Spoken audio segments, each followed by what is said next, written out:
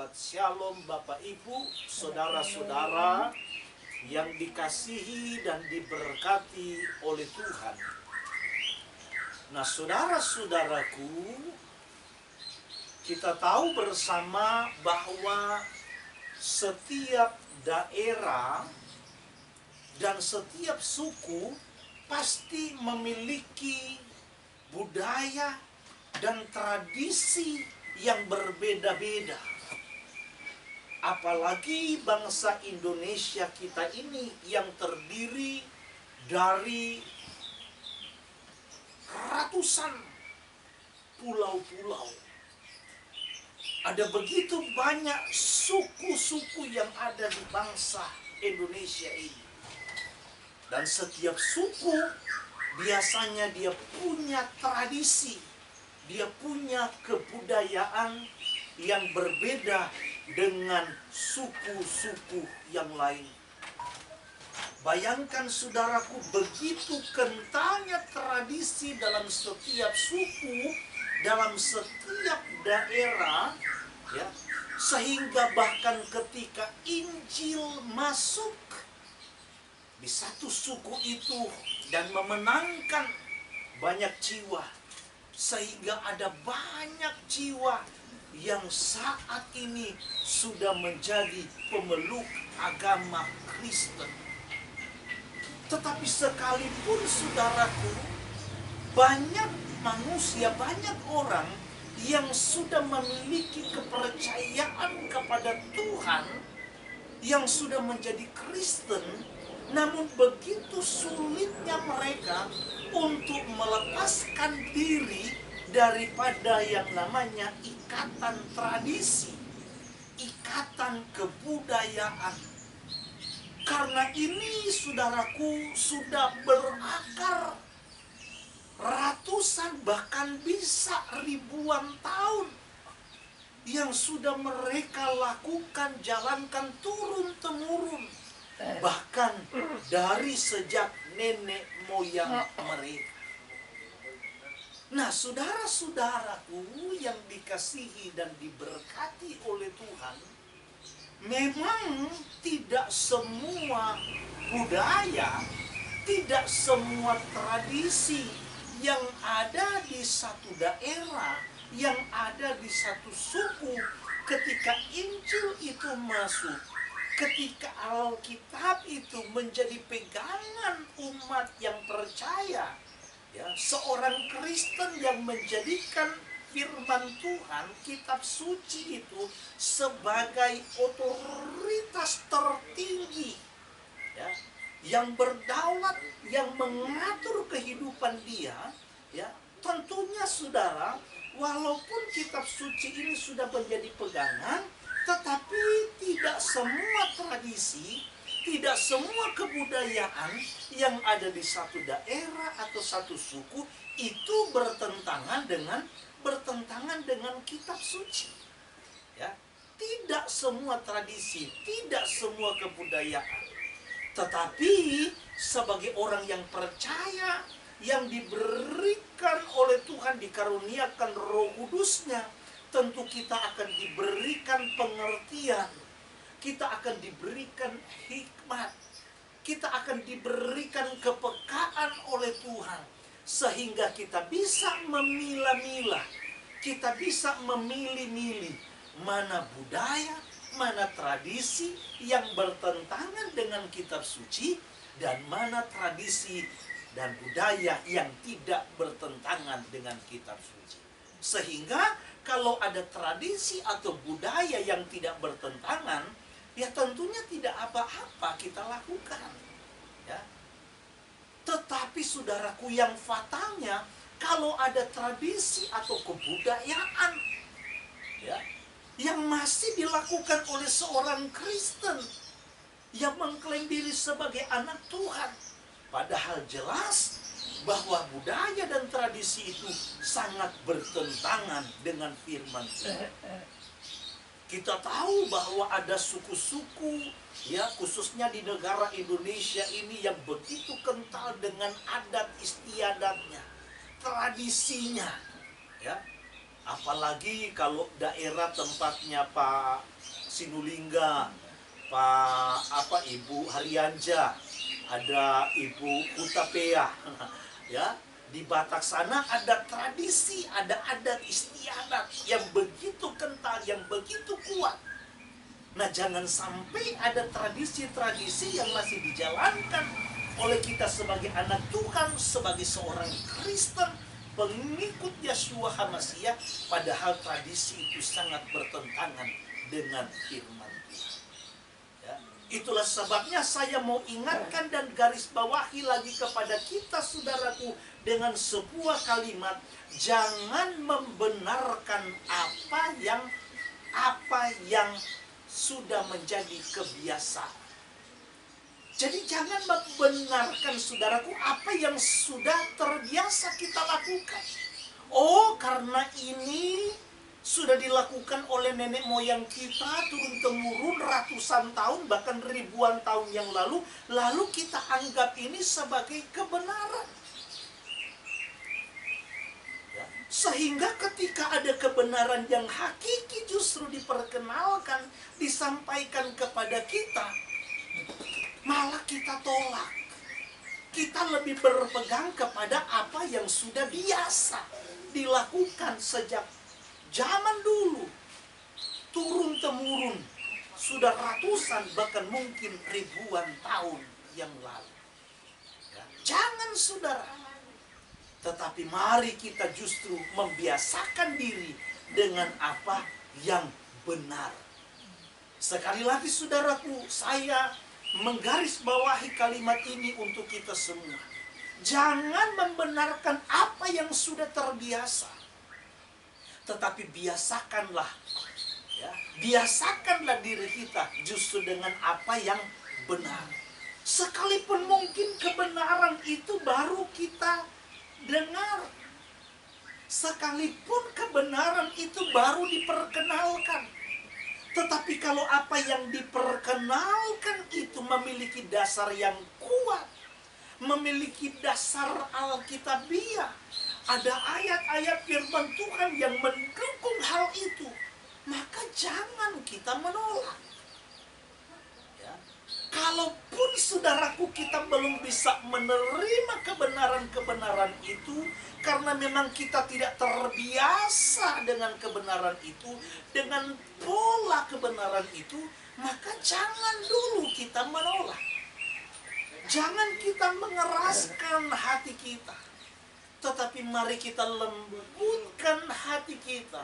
Kita rendahkan diri kita di hadapan Tuhan dan meminta agar supaya Tuhan memberikan kita petunjuk, Tuhan memberikan kita peneguhan, agar supaya kita tidak salah langkah.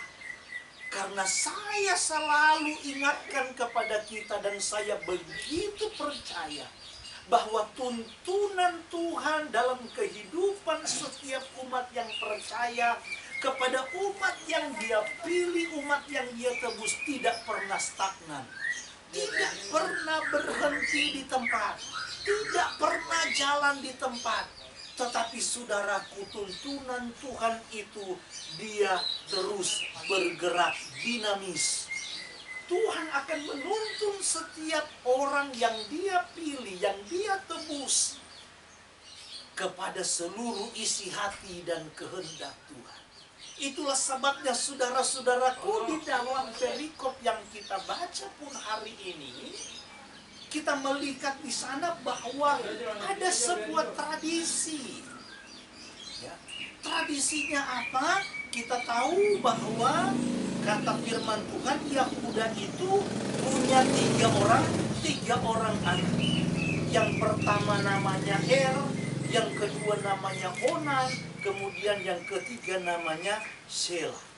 Waktu anak pertamanya ini meninggal karena yang dia lakukan semata-mata jahat di mata Tuhan, maka, saudaraku, ya, Yahuda bilang kepada anak mantunya yang bernama Tamar ini, ya, karena mereka belum dikaruniakan keturunan oleh Tuhan, maka apa yang Yahuda sampaikan kepada Tamar, menikahlah kamu dengan adiknya ini, yaitu Onan. Supaya apa? Supaya bisa melanjutkan keturunan. Ya, supaya melanjutkan keturunan. Nah, lalu kemudian waktu Onan menikahi yang namanya Tamar ini, Onan juga berpikir, nanti kalau seandainya dia hamil dan punya anak, juga anaknya akan tetap disebut sebagai anaknya kakaknya yang bernama Er. Sehingga dia tidak mau Tamar ini pun hamil. Dan akhirnya dia melakukan kejahatan di mata Tuhan. Dan akhirnya pun dia mati. Lalu kemudian Yahuda mempersiapkan anak bungsunya, ya, yaitu namanya Shelah. Supaya kalau dia besar, nanti dia akan juga dikawinkan dengan Tamar. Sekalipun ada ketakutan yang muncul di dalam hati seorang ayah, jangan-jangan dia juga mati. Nah, ini ada tradisi, saudara. Begitu juga kalau kita melihat misalnya contoh tentang persepuluhan. Persepuluhan itu bukan ada nanti di dalam Torah. Abraham kita tahu, saudaraku, pernah memberikan persepuluhan kepada namanya Melkisedek. Melek Sadik. Ya. Kita tahu, saudara, dalam Kejadian 28, ketika Yakob lari meninggalkan rumah ayahnya, ya, rumah Yitzhak, dan dia dikejar oleh Esau. Lalu kemudian dia bernasar kepada Tuhan. Seandainya Tuhan menyertai, melindungi, memelihara, menyediakan roti makananku, ya, pakaianku, lalu kemudian katanya akan memberkati segala yang aku lakukan sampai aku kembali ke rumah ayahku, maka aku akan memberikan 1/10 kepada Tuhan. Jadi saudara-saudaraku, jadi ada tradisi, ada kebiasaan yang sudah memang dilakukan turun-temurun oleh nenek moyang daripada Yakob ini. Termasuk terkait dengan yang namanya persepuluhan. Ya. Dan kemudian berjalan dengan waktu, apa yang sudah dilakukan oleh nenek moyang Israel ini, ya, itu kemudian diteguhkan oleh Tuhan melalui perintah secara tertulis, ya, yang diperintahkan oleh Tuhan untuk ditulis oleh yang namanya Musa. Lalu kemudian persepuluhan ini dikukuhkan, termasuk pernikahan dikukuhkan, diatur di dalam yang namanya Torah. Tetapi asal muasalnya ini kita melihat adalah bergerak dari sebuah yang namanya tradisi, ya, dari sebuah kebiasaan yang dijalankan, yang dilakukan turun-temurun dari nenek moyang mereka. Ya. Nah, sekali lagi saudara, kita jujur bahwa yang membawa penginjilan masuk ke berbagai macam bangsa, termasuk bangsa Indonesia, yang memperkenalkan Injil ini, saudaraku, ini bukan orang Yahudi, bukan dari bagian timur tengah sana, tetapi yang membawa Injil ini ke berbagai macam bangsa, diperkenalkan tentang siapa Sang Juru Selamat, ini justru dibawa dari orang Barat. Ini dibawa oleh orang Barat, sehingga kita bisa melihat bagaimana cara kita beribadah, atribut-atribut kita di dalam beribadah. Ini semua konsepnya ini budayanya ini dibawa dari Barat, sudah. Ya. Misalnya contoh, kalau orang meninggal, waduh, yang laki-lakinya pakai jas, cakep, sudah. Ya. Dipakai jas, bahkan sekarang ada lagi didadanin, ya. Kemudian dikasih karangan bunga dan yang lain-lain. Kalau khotbah pendetanya pakai jas, Ya. Ada lagi yang model apa namanya, yang seperti talit ini stola misalnya. Ini semua budaya-budaya Barat yang diadopsi oleh kekristenan. Nah, ketika kita mengenal tentang kebenaran, kita dituntun oleh Tuhan, diperkenalkan bahwa ada sebenarnya atribut-atribut yang diperintahkan oleh Tuhan. Ya. Misalnya di dalam Bilangan pasal 15, kalau kita baca ayat 38 sampai 40, di situ kita akan menemukan bagaimana Tuhan memerintahkan kepada orang Israel untuk memakai yang namanya talit ini, atau juga yang disebut jubah doa. Ya. Inti daripada pakaian atribut orang Israel seorang laki-laki itu ada kepada yang namanya ini. Ya, di mana setiap ujung daripada jubahnya itu harus ada yang namanya sitsit. Ini namanya sitsit. Jadi ketika dalam Markus pasal yang kelima, ada seorang perempuan yang sudah 12 tahun mengalami penyakit pendarahan, yang sudah diobati ke sana ke sini, yang sudah menghabiskan segala hartanya, tetapi dia tidak pernah mengalami kesembuhan. Sampai satu saat ketika dia mendengar bahwa Yeshua akan lewat di situ, di dekat situ, ya, dan dia sudah mendengar berita-berita tentang Yeshua, muncul iman. Sehingga dia berkata, asal ku jamah saja ujung jumbainya. Jadi yang disebut ujung jumbai daripada Yeshua yang dipegang oleh seorang perempuan yang sakit pendarahan, itu adalah sitsit ini. Ya. Makanya firman Tuhan katakan, setiap kali kamu melihat ini, kamu akan mengingat segala perintahku. Ya. Begitu juga dalam 1 Korintus pasal yang ke-11. Kalau saudara baca ayat 5, ayat yang ke-6, patutkah seorang perempuan berdoa dan bernubuat dengan tidak menudungkan kepalanya? Lalu ditutup dengan ayat yang ke-16. Ya, kalau ada jemaat yang mau memberontak, tetapi kami, kata Saul, kami bukanlah jemaat yang mau memberontak. Jadi tudung saudara yang dipakai oleh seorang perempuan itu sebagai tanda sebuah penundukan kepada otoritas yang sudah ditentukan oleh Tuhan. Di mana kepala dari laki-laki ialah Tuhan, sementara kepala daripada perempuan itu adalah laki-laki.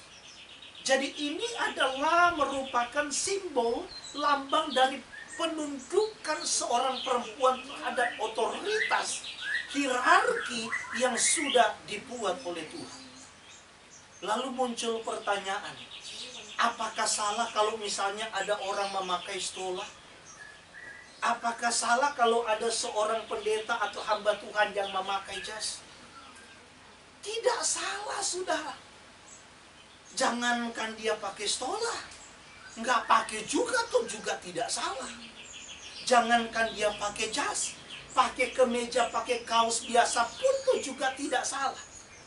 Tetapi sungguh aneh dan mengherankan ketika kita diberikan tuntunan oleh Ruach HaKodes dan melakukan apa yang diperintahkan oleh Tuhan, di mana seorang laki-laki apalagi imam memakai yang namanya talit atau jubah doa ini, yang kemudian di 4 ujungnya itu ada sitsit, ini dianggap aneh.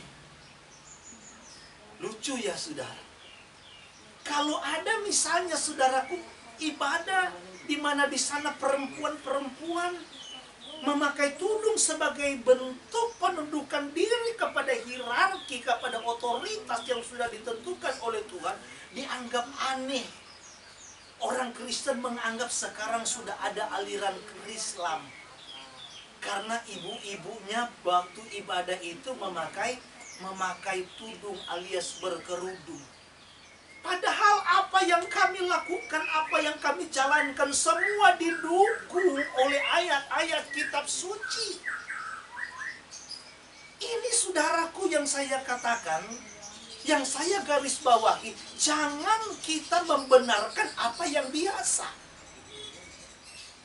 Tetapi biasakanlah diri untuk menyatakan dan melakukan justru apa yang benar.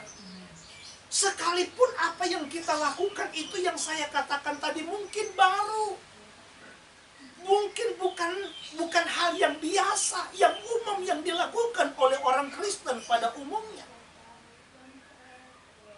Termasuk dalam soal masalah tata ibadah. Dalam soal liturgi. Kalau kita jujur, saudaraku, firman Tuhan katakan dalam Roma pasal 9 ayat yang keempat. Kepada bangsa Israel inilah dipercayakan yang namanya apa, saudara? Dipercayakan yang namanya perjanjian. Dipercayakan kepada mereka apa? Dipercayakan hukum dan ketetapan, yaitu Torah. Kepada bangsa Israel dipercayakan apalagi, kata firman Tuhan, dipercayakan yang namanya ibadah. Kepada Israel dipercayakan ibadah, Torah, hukum dan ketetapan. Dipercayakan yang namanya perjanjian.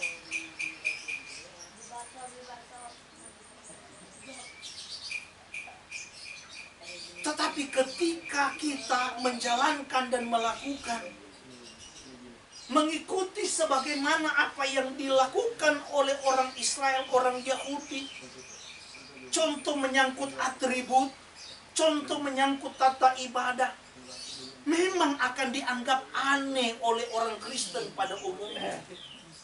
Karena ini adalah sesuatu yang baru. Padahal di dalamnya kitab suci sudah menjelaskan.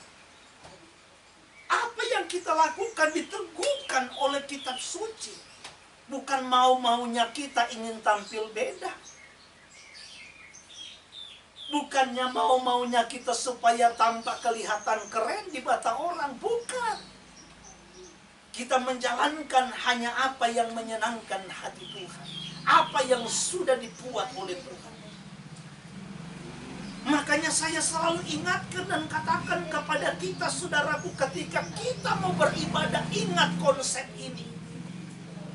Waktu kita mau beribadah kepada Tuhan, saudaraku, bukan supaya hati kita senang. Bukan supaya hati pemimpin rohani kita, gembala-gembala kita itu senang. Tetapi justru waktu kita mau beribadah kepada Tuhan, konsepnya harus cuma satu. Bagaimana supaya Tuhan itu disenangkan. Bukan supaya kita ini senang, telinga kita senang. Makanya ada banyak sekali gereja-gereja di luar sana yang mengundang para pendeta yang bisa mengundang tawa daripada jemaat. Pokoknya yang penting jemaat kita senang. Makanya banyak gereja-gereja yang masih pakai jasa yang tukang-tukang lucu, ya, yang pinter stand up komedi, ditampilkan di gereja-gereja. Yang penting jemaatnya banyak yang datang. Yang penting jemaat kita pulang mereka senang. Selama ibadah, selama khotbah mereka senyum, ketawa luar biasa. Jarang sekali hamba Tuhan, umat Tuhan yang memikirkan bagaimana supaya Tuhan itu disenangkan. Sehingga kalau konsep ini kita bawa di dalam tatanan ibadah kita, saudaraku, kita akan berupaya dan berusaha untuk menghormati dan menghargai Tuhan. Karena kita beribadah bukan supaya gembala kita senang.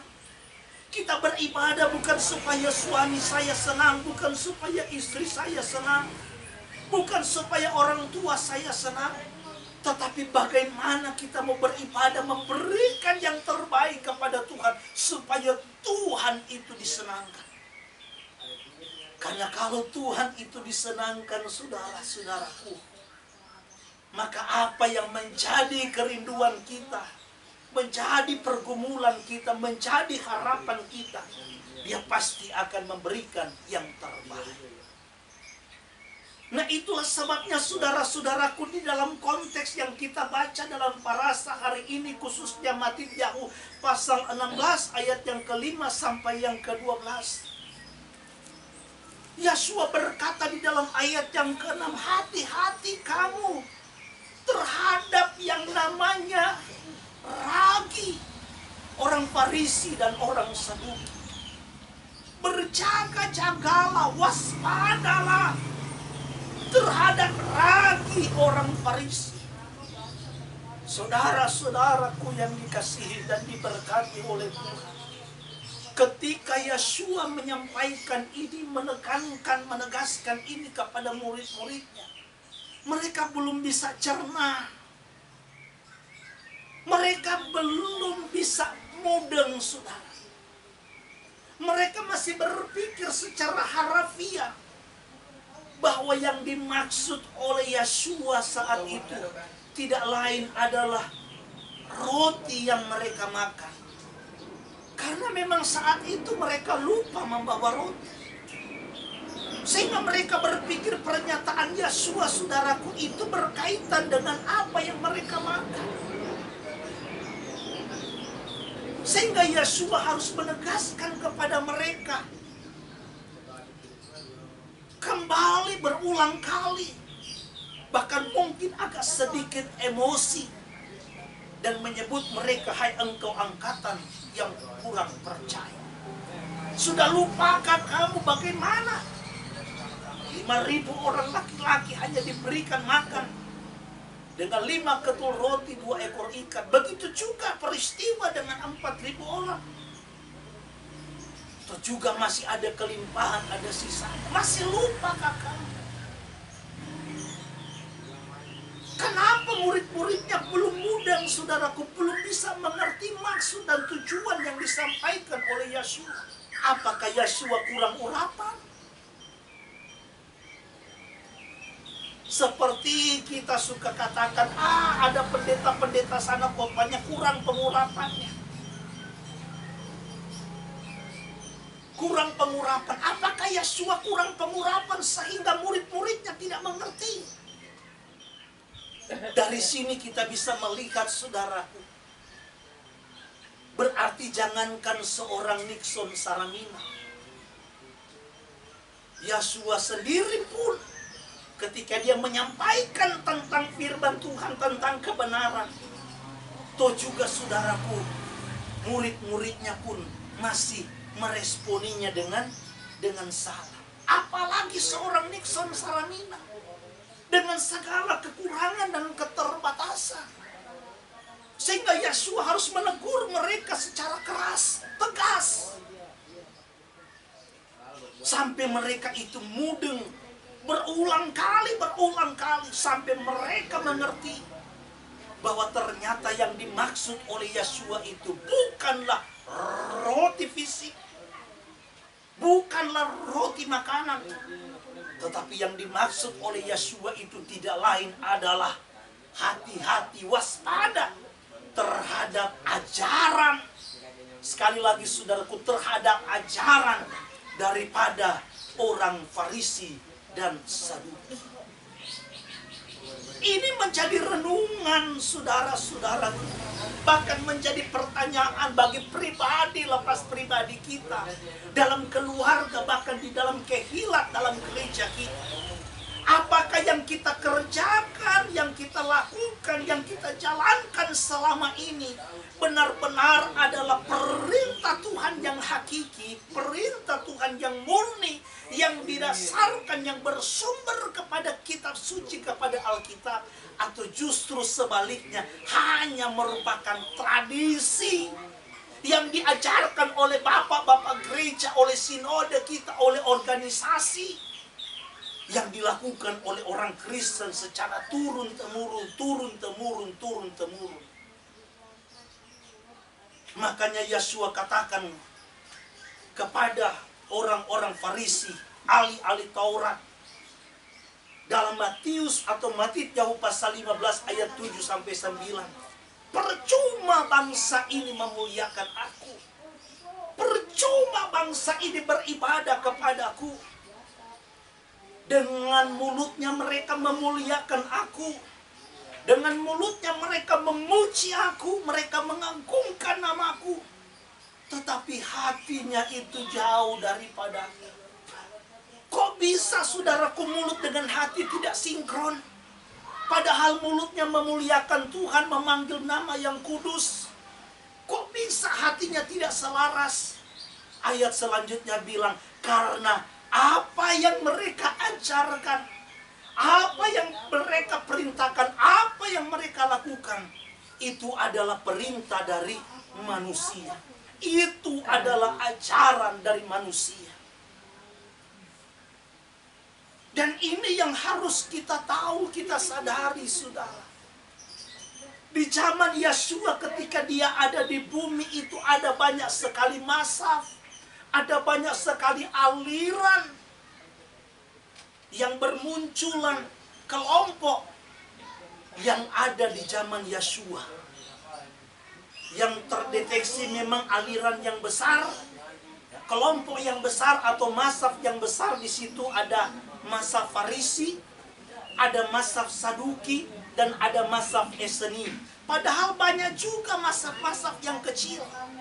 Dan setiap mazhab, setiap aliran ini punya pandangan yang berbeda-beda terhadap kitab suci. Belum lagi ajaran rabi-rabi.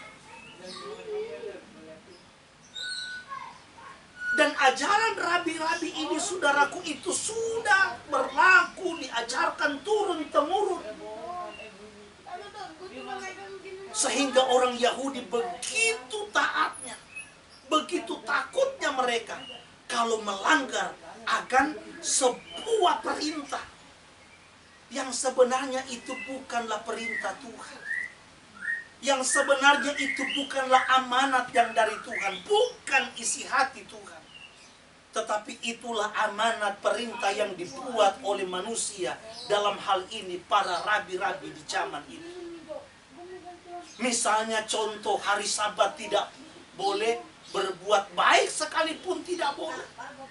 Makanya ketika Yeshua itu menyembuhkan orang sakit di hari Sabat itu ditentang sama orang-orang Farisi, ditentang sama ahli-ahli Taurat. Karena yang mereka tahu, mereka diajarkan oleh para rabi-rabi sudah dari turun-temurun. Tidak boleh melakukan hal itu. Bahkan mengangkat tilam pun di hari Sabat itu tidak boleh, karena dianggap sudah merupakan sebuah pekerjaan. Memang sampai sekarang, saudara, ya, orang-orang Yahudi ada yang melakukan itu. Orang-orang Yahudi sendiri ya ada, khususnya kalau kita bicara tentang hal yang berkaitan dengan iman, ya, ada beberapa aliran di sana sampai sekarang. Ada mazhab atau aliran atau kelompok namanya Ortodoks. Ada kemudian ultra ortodoks. Ada lagi apa? Konservatif. Ada lagi apa? Reformis. Ya. Dan ini berbeda-beda pandangannya, saudara. Jadi ini yang harus kita sadar, yang harus kita tahu. Apakah yang kita jalankan ini perintah Tuhan yang hakiki atau tidak? Saat ini kita sudah ada di bulan Desember. Dan kita tahu kalau sudah bulan Desember berarti ini sudah memasuki namanya bulan Natal. Di mana mayoritas orang Kristen akan merayakan hari kelahiran Yesus Kristus itu di bulan Desember. Ya, puncaknya pada tanggal 25 Desember. Sekalipun di dalam kitab suci kita, saudaraku, sulit untuk dibuktikan bahwa Mesias itu lahir pada waktu bulan Desember, tepatnya tanggal 25 Desember. Tapi saya nggak mempersoalkan tentang soal masalah perayaannya. Ya. Itu mungkin ada dalam Midrash dalam kajian yang lain. Saya bukan mempersoalkan soal perayaan, tetapi ketika ada kelompok yang mulai merayakan perayaan-perayaan, misalnya tidak merayakan Natal tetapi merayakan Pondok Daun. Sekali lagi saudara, tidak merayakan Natal tetapi merayakan Pondok Daun. Nah, ini dianggap saudaraku, kita merayakan katanya tradisi orang Yahudi. Coba. Padahal perintah saudaraku untuk merayakan Pondok Daun itu jelas tertulis baik di dalam Torah, kitab para nabi, bahkan sampai perjanjian yang dibaharui. Sampai perjanjian baru sendiri pun saudaraku, ada di sana menuliskan tentang yang namanya perayaan Pondok Daun. Jadi kan sangat lucu saudara, yang tidak ada dasar firmanianya, yang tidak ada dasar alkitabianya, mereka lakukan dengan penuh kebanggaan. Mereka rayakan dengan penuh kemeriahan. Tetapi kita yang menjalankan dan melakukan perayaan yang diperintahkan oleh Tuhan, dianggap oleh mayoritas orang Kristen ini kelompok aneh. Ini kelompok sesat. Ini kelompok pemecah belah. Padahal yang kita jalankan, yang kita lakukan semua didasarkan kepada kitab suci. Itulah sebabnya Bapak Ibu saudara-saudaraku, saya garis bawahi kembali lagi dan tekankan, jangan membenarkan apa yang biasa. Karena ini sudah kebiasaan kita turun-temurun. Jadi ini dianggap sebagai sebuah kebenaran yang hakiki. Tetapi mari sebagai prajurit-prajurit Tuhan, sebagai anak-anak Tuhan, kita harus berani berdiri, berani menyatakan bahwa kita mau justru membiasakan apa yang benar. Sekalipun kebenaran yang kita jalankan, yang kita lakukan, itu jauh berbeda seperti apa yang dijalankan dan dilakukan oleh orang-orang Kristen pada umum. Prinsipnya satu saudaraku, apa yang dikatakan oleh Saul, Galatia 1 ayat yang ke-10. Seandainya aku masih mau berusaha untuk menyenangkan hati manusia-manusia, seandainya aku masih mau menyenangkan hati organisasi, hati pemimpin-pemimpin gereja, maka aku bukanlah hamba Tuhan.